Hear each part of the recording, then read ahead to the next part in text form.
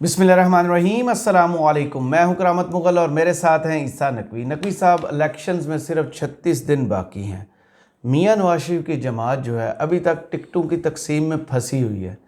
इमरान खान को काबू करने के लिए मियां साहब ने आखिर कुछ तो हथियार छुपा के रखे होंगे। हथियार जो रखे थे वो चलाना भी शुरू कर दिए हैं। देखें, बड़ी डेवलपमेंट हुई है और मेरे ख्याल में इसको आप एक तहलका खेज डेवलपमेंट कह सकते हैं। सही। क्योंकि 36 दिन रह गए हैं और 37 दिन जब बाकी थे, यानी कि गुज़श्ता रोज़ मियाँ साहब ने ऐसे करके हाथ खड़े कर दिए। अच्छा।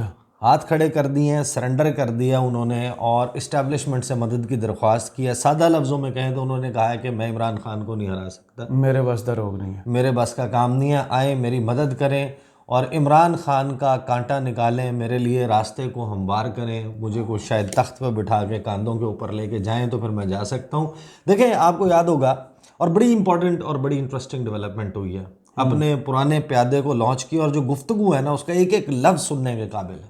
अच्छा। जिन अल्फाज में यानी कि उसमें ना जब आप किसी की बुराई भी कर रहे होते हैं लेकिन उसमें आपका डर और खौफ झलक रहा हो कि आपको असल में आपका जो है वो अंदर खौफ क्या है उस शख्स के हवाले से जिसकी आप बुराई कर रहे हैं। सही।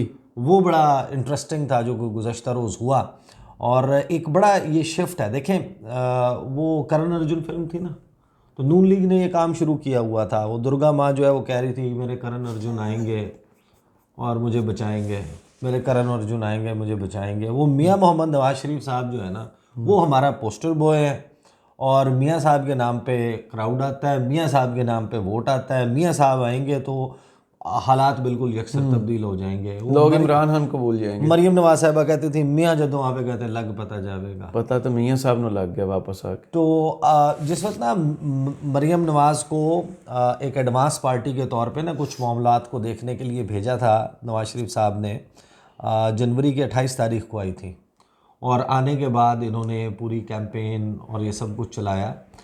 उस दौरान नून लीग के बहुत सारे इजलास हुए थे। हमने उनके हवाले से जो अंदर खाना जो चीज़ें चल रही थी, मामला उस वक्त तक मियाँ साहब की वापसी का नहीं था।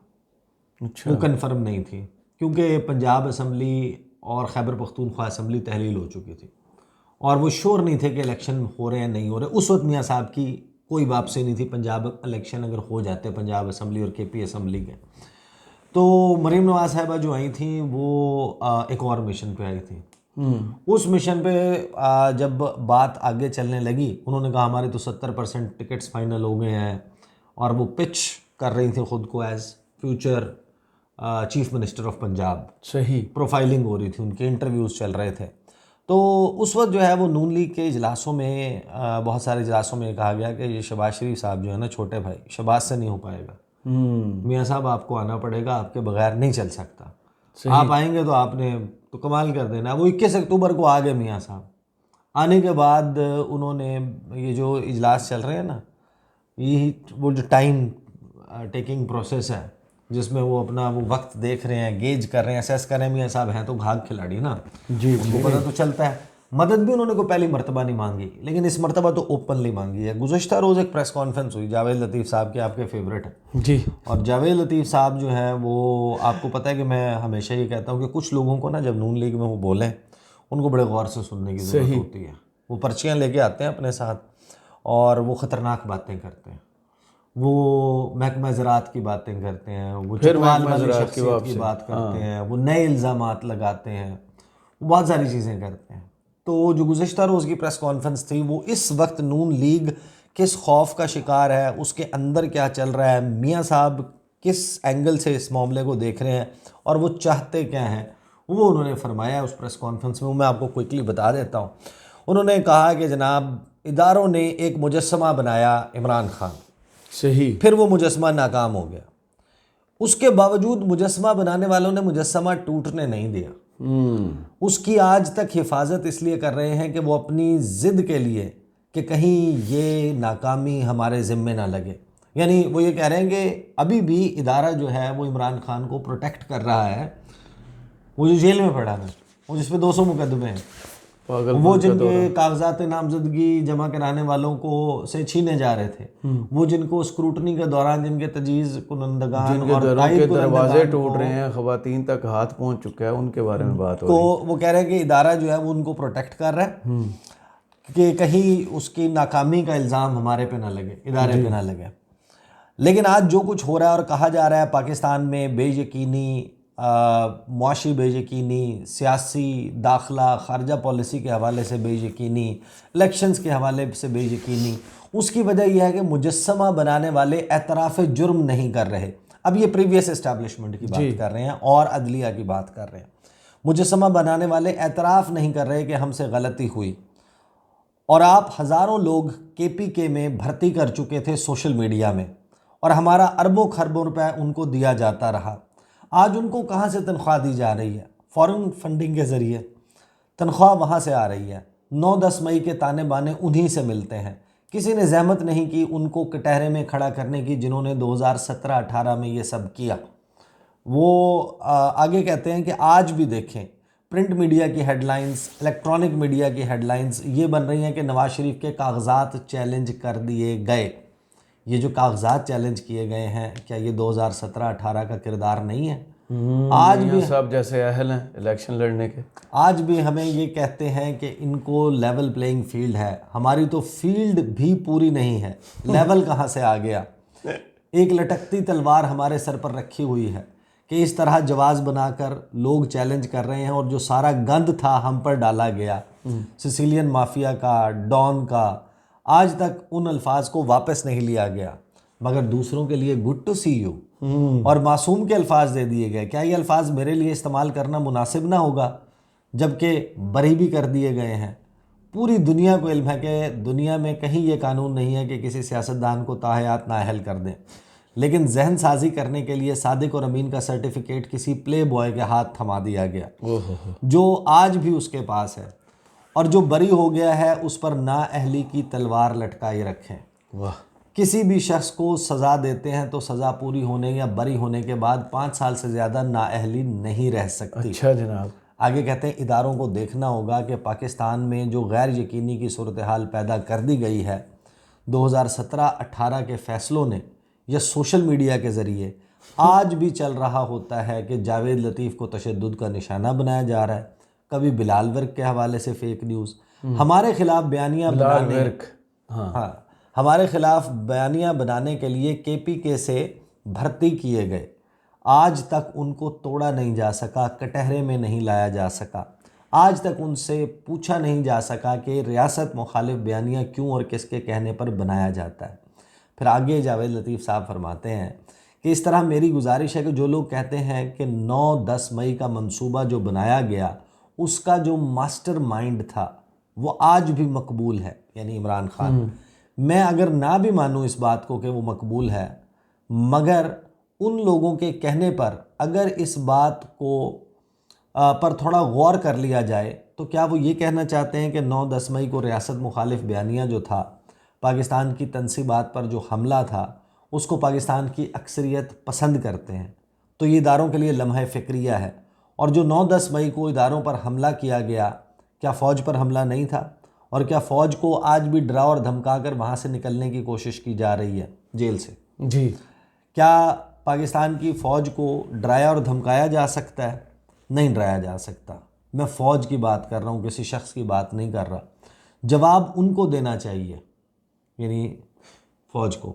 7-8 माह हो गए, ये पर्दा, ये मट्टी डालो प्रोग्राम नहीं चल सकता। बंदा जेल से बैठ, ये पर्दा, ये मट्टी डालो प्रोग्राम नहीं चल सकता। और इस वजह से मुझे ये अंदेशा है, और मुझे ये अंदेशा ही रहे तो बेहतर है, मगर मैं इससे आगे भी चीज़ों को महसूस कर रहा हूँ कि चकवाल का जो शख्स है, इस सारी सूरत हाल से, गैर यकीनी सूरत हाल से, इससे चकवाल की शख्सियत जिसने मेरे ऊपर भी बड़ा तशद्दुद करवाया था, मैंने तो आज तक उसका नाम नहीं लिया, ये जनरल फैज़ हमीद की बात कर रहे हैं। जी। मगर ये जो ख़बरें चल रही हैं जमशेद दस्ती और किसी और के हवाले से, मैं पाकिस्तान के इदारों को ये गुजारिश करता हूँ कि खुदा के लिए इसकी तहकीकात करवाई जाए, कौम को बताया जाए कि क्या हो रहा है।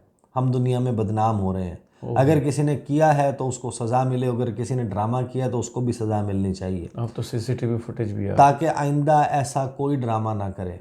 मैं कहना ये चाहता हूँ कि अगर वो माहौल जो चकवाल का शख्स, अब क्योंकि मास्टरमाइंड वो हैं, वो बना रहे हैं इलेक्शन से पहले या इलेक्शन के बाद, इस माहौल से पाकिस्तान का खुदा न खास्ता नुकसान करने के लिए, अपने लोगों को बचाने के लिए जिन्हें उन्होंने परवान चढ़ाया था, अगर आज तक उसकी हिफाजत की जा रही है, अगर उसके बारे में संजीदगी से ना सोचा गया, इदारों ने ना सोचा, अदालतों ने ना बुलाया, तो वो पाकिस्तान में 9-10 मई का एक्शन रीप्ले करने की मनसूबाबंदी करें। ये जनरल फैज़ हमीद और इमरान खान और उनके ऊपर ये इल्ज़ाम लगा रहे हैं।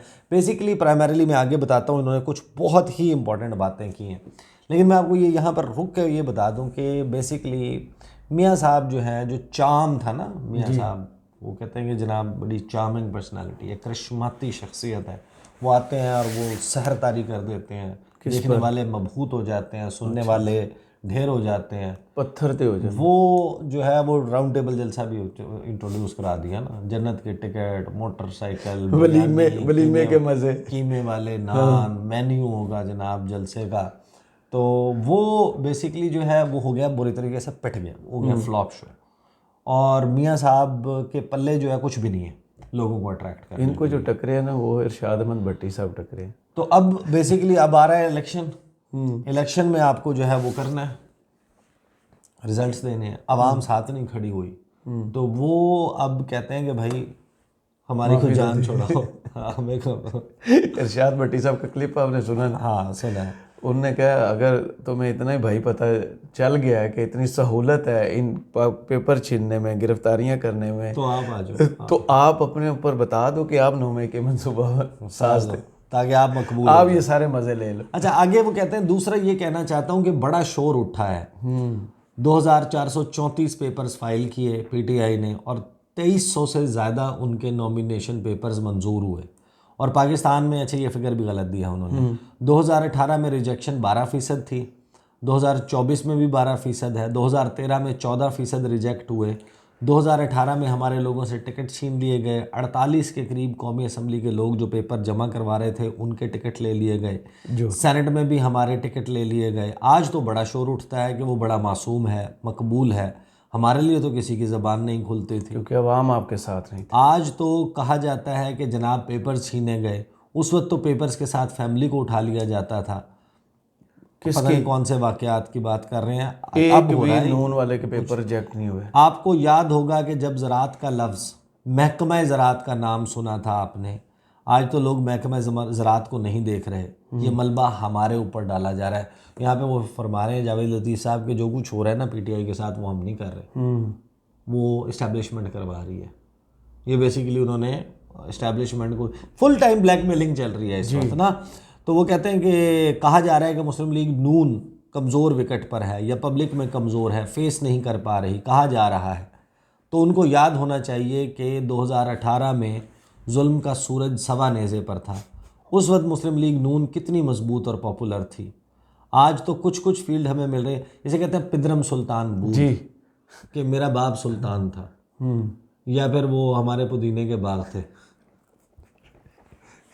इंडिया मेरे पर को मिसाल अच्छी नहीं आ रही इसलिए मैं चुप हमारे पुदीने के जी जी बगात ही थे, या वो जो है ना वो पिदरम सुल्तान बूद कि वो रिकॉर्ड पर ख्वाजा साहब की कालें पड़ी हैं कि मुझे जितवा दे। लेकिन वो खैर जो है ना वो मिसाल वो थोड़ी सी डिफरेंट हो जाएगी, लिहाजा नहीं मैं भी खामोश हो गया इसी वजह से। बंदूका वाली जो है ना, जी जी जी ठीक है। तो आगे चलते हैं। वो कहते हैं कि जनाब नून लीग उस वक्त बड़ी पॉपुलर थी, आज तो कुछ कुछ फील्ड मिल रही है, कुछ कुछ मुकम्मल फील्ड नहीं है। शुक्र है। उसके बावजूद मैं कहूँगा कि अगर इदारों पर हमला करना जुर्म नहीं है, उसका दिफा किया जा रहा है, कहा जा रहा है कुछ। ये मेरे ख्याल में मियाँ साहब को फंसवाएंगे। मियाँ साहब की तो तकरीरें काफ़ी पड़ी हुई हैं, मरीम नवाज की काफ़ी पड़ी हैं, कुछ कॉलम नवीसों और एंकर्स हजरात की तरफ से कि जनाब उसको भी मौका दिया जाए। अगर ये रवैया और ये कहा जाता है कि 2018 में ये हुआ था, आज नवाज़ शरीफ आ गए, भुट्टो के साथ ये हुआ था कि वो 35 साल के बाद आज भी पीपल्स पार्टी ज़िंदा है, तो मैं पूछना चाहता हूँ कि क्या जुल्फ़िकार अली भुट्टो ने दिफाई इदारे पर हमला करवाया था? क्या नवाज़ शरीफ को जब हाईजैकर बनाया तो क्या उन्होंने हमला करवाया था? और आज उसको फील्ड दी जा रही है तो उसको इसको भी फील्ड बैरक नंबर 2/3 जो है ना, मियां नवाज शरीफ साहब के लिए मांग रहे हैं ये अडयाला जेल। नहीं, वो कह रहे हैं कि वो उसको क्यों दी जा रही है। आगे कहते हैं अगर पाकिस्तान का आइन और कानून है कि पाकिस्तान पर हमला करने वालों को दहशतगर्द, बागी, मुल्क दुश्मन कहा जाएगा, सज़ा मिलेगी, तो फिर उसको क्यों नहीं दी जा रही।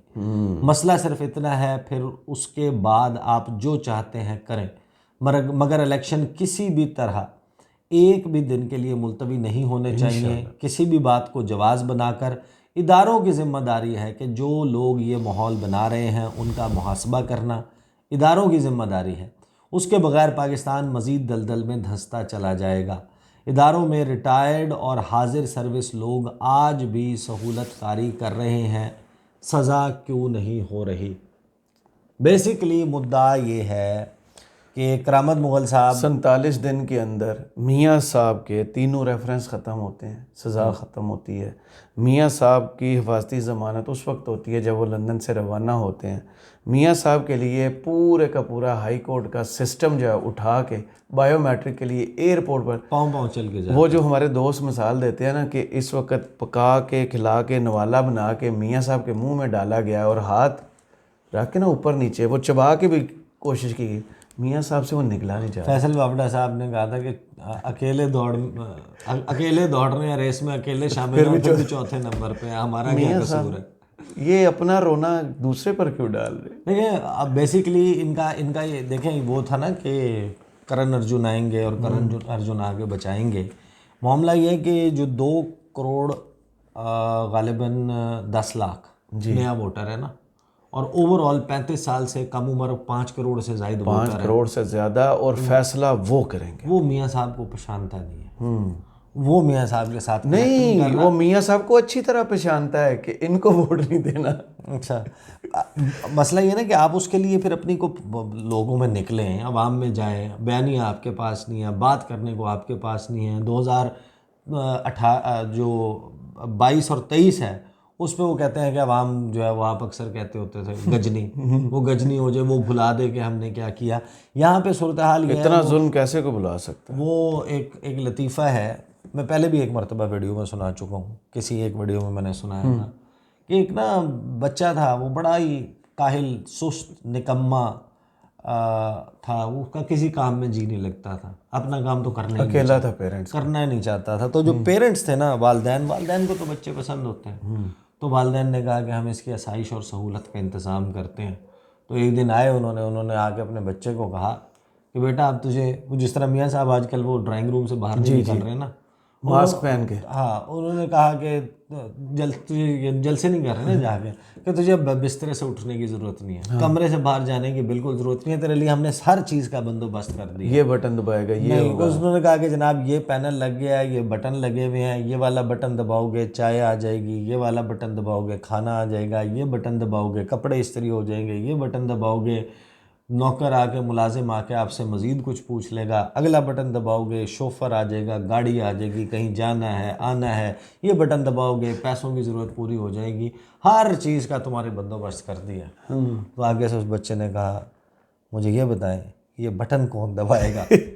तो मियाँ साहब के लिए इससे ज़्यादा नून लीग के लिए और क्या हलवा होगा कि उनकी मुखालिफ सियासी जमात, उसका चेयरमैन, बानी चेयरमैन जेल में है, वाइस चेयरमैन जेल में है, सदर जेल में है, जनरल सेक्रेटरी को छुड़वा दी पार्टी, नाइब सदूर को छुड़वा दी पार्टी, उसके कैंडिडेट्स के नॉमिनेशन पेपर छीन लिए, रिजेक्ट कर दिए, नाम टीवी पे नहीं चल सकता, सर्वे चलाने पे पाबंदी लगा दी, बल्ले के निशान के ख़िलाफ़ फ़ैसला आ गया, वो भी डामाडोल है कि होगा या नहीं होगा। उनके लोग उठाए हुए हैं, कोई मफरूर है, कोई इश्तिहारी है, उनके पास फंड्स, कैंपेन कैसे करनी है, अपने एड्स कैसे लगाने हैं, प्रिंटिंग प्रेस को आप नहीं दे सकते, झंडा छपने पे पाबंदी है, झंडा निकालने पे पाबंदी है, जुलूस निकालने पे पाबंदी है, उनकी हर चीज़ के ऊपर पाबंदी, मतलब अनप्रेसिडेंटेड पाबंदियां हैं। वो भाई अब खुद कुछ बटन तो दबा लो, उठ के जाके लोगों को फेस तो करो, आपने फेस फील्ड में तो निकलो ना, लेवल प्लेइंग फील्ड, फील्ड में तो निकलें। ये जलसों में जाना तो दूर की बात है, वो वर्कर कन्वेंशन, वो ख्वाजा मरियम साहब आई थी मेरे ख्याल में गुजरात अब जो में, जलालपुर जट्टा, उसके बाद उनका भी तरह निकला हुआ है, वो भी नहीं निकल रही। अच्छा, उसके बाद देखें एक वो उन्होंने किया वर्कर कन्वेंशन, एक एहसन इकबाल ने किया, एक ख्वाजा साद रफीक ने।